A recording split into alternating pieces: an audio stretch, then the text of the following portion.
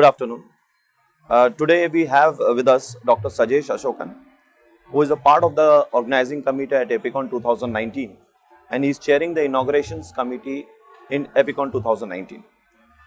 He is a senior physician at MUVATTUPUZHA cooperative hospitals in Kerala, and he is a senior physician who has a fellowship in geriatric medicine and also fellowship from Indian Academy of Clinical Medicine. Sir, thank you very much for being here. Thank you. Since you are from the organizing committee, I would like to say, okay, how is this episode of 2019 Apicon is different from the earlier ones?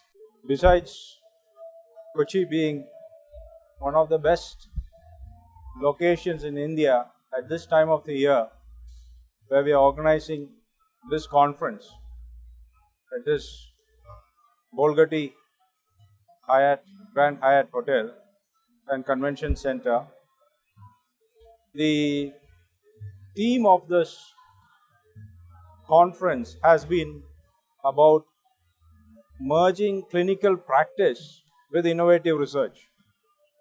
So as you know that these days the clinical practice has been changing from the traditional ways of examining patient, taking the history, arriving at a working diagnosis, then asking for investigations, and then proceeding on the treatment. Nowadays, since been so many improvement in technological parameters, people tend to do more investigative medicine rather than doing the clinical approach towards the diagnosis. It is like taking a machine gun and shooting so that somewhere you arrive at a diagnosis rather than precisely using your practice of clinical medicine and approaching a diagnosis. So we have, with the cooperation of the scientific committee, actually it is the entire clinical theme has been prepared by our scientific committee, aided by our governing body, the API governing body, and in cooperation with the scientific committee of our Apicon 2019. They have prepared this program in such a way that your practice of clinical practice will improve with all the facilities that you are getting, modern facilities that you are getting, with the basic practice of clinical medicine being preserved. The intention is that your practice of clinical medicine should not be impacted by too many technological innovations that have come through in recent years, and the selective use of investigative modalities to precisely arrive at a diagnosis. Today, it is the era of evidence-based medicine, or EBM.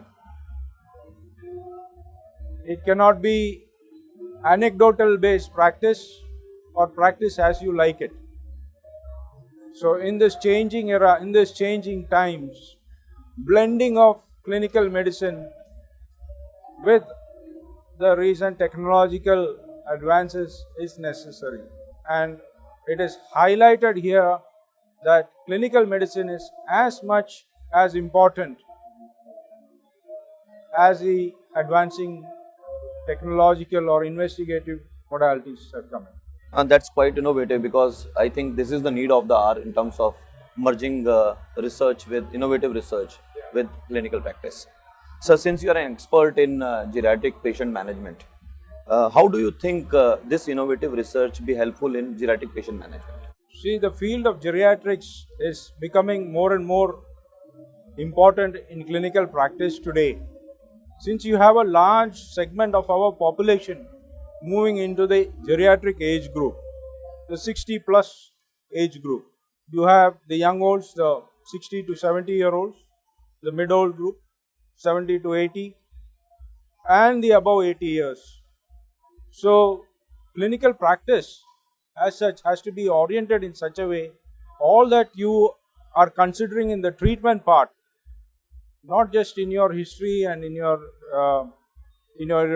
clinical examination and in your treatment part, investigative modalities, all these have changed with your aim of providing the best care suited with the patient in mind, with the family involved.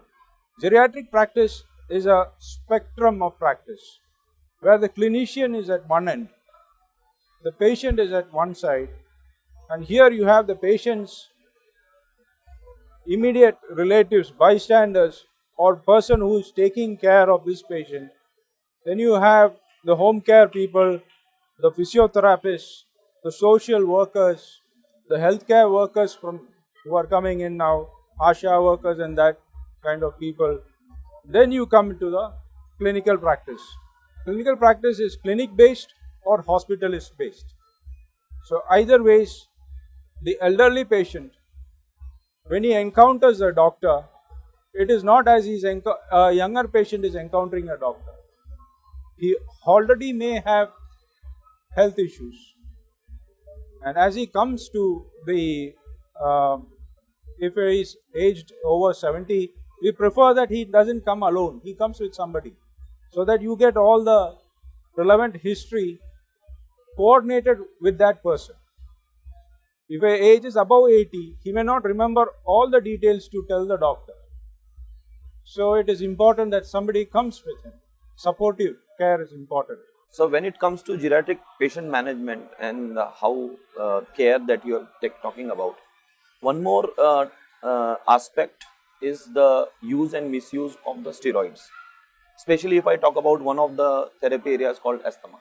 So how do you think this practice or care or innovative research be helpful in geriatric asthma management? If you can exemplify this.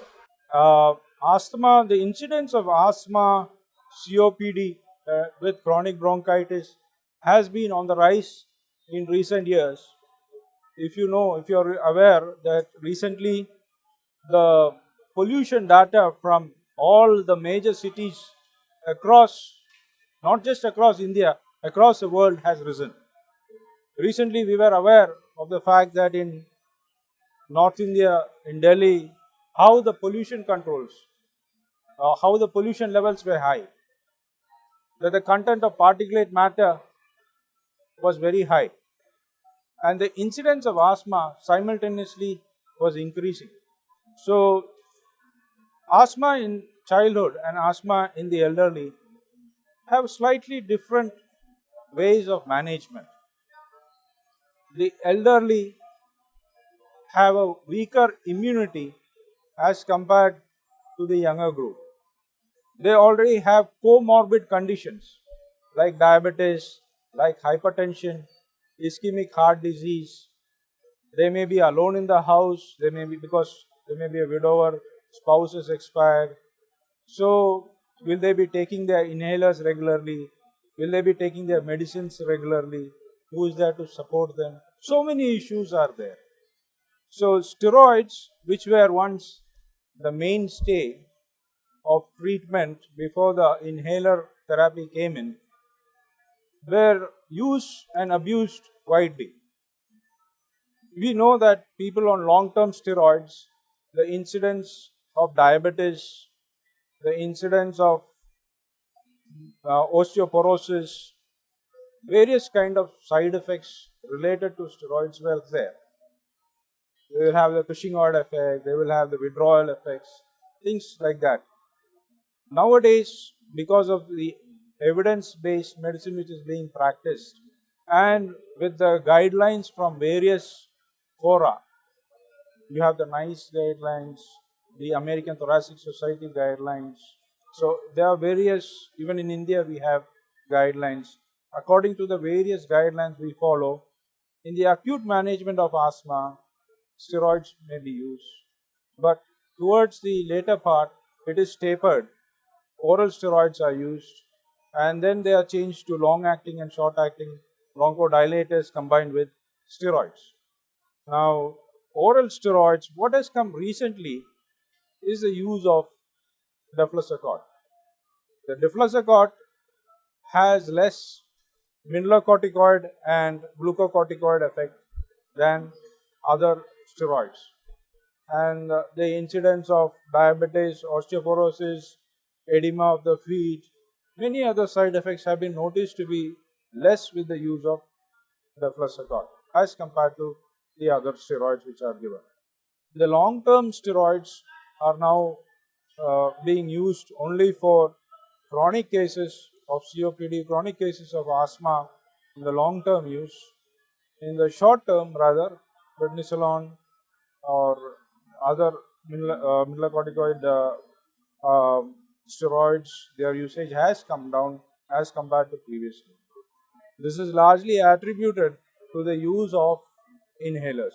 So thank you, because geriatric patient management, clinical practice, use and misuse of drugs, and especially making the clinical practice more precise is the need of the hour which has to be addressed.